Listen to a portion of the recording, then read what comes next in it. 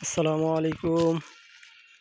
পুকুরে নতুন পানি, নতুন পানির মধ্যে আমরা এখন বড়শি দিয়ে মাছ ধরবো।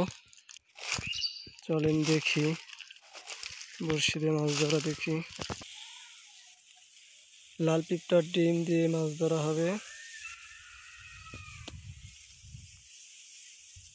লাল পিঁপড়ার ডিম আধার হিসেবে ব্যবহার করা হবে।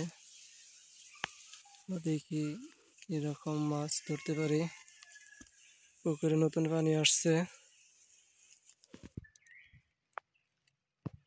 এই কি রে, এই দেখেন একটি কি লাল টকটকা কার্পু মাছ ধরে গেছে। দেখি এই একটি লাল টকটকা কার্পু মাছ। একটি মাছ টোপ ছিল কার্পু মাছ।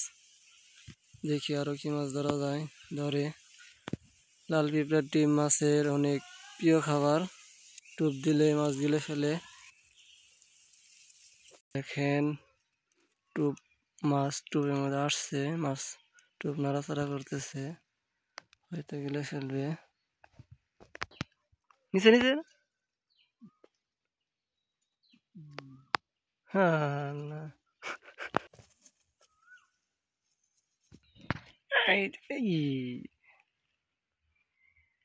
মিস হয়ে গেল, উঠলো না মাছটি।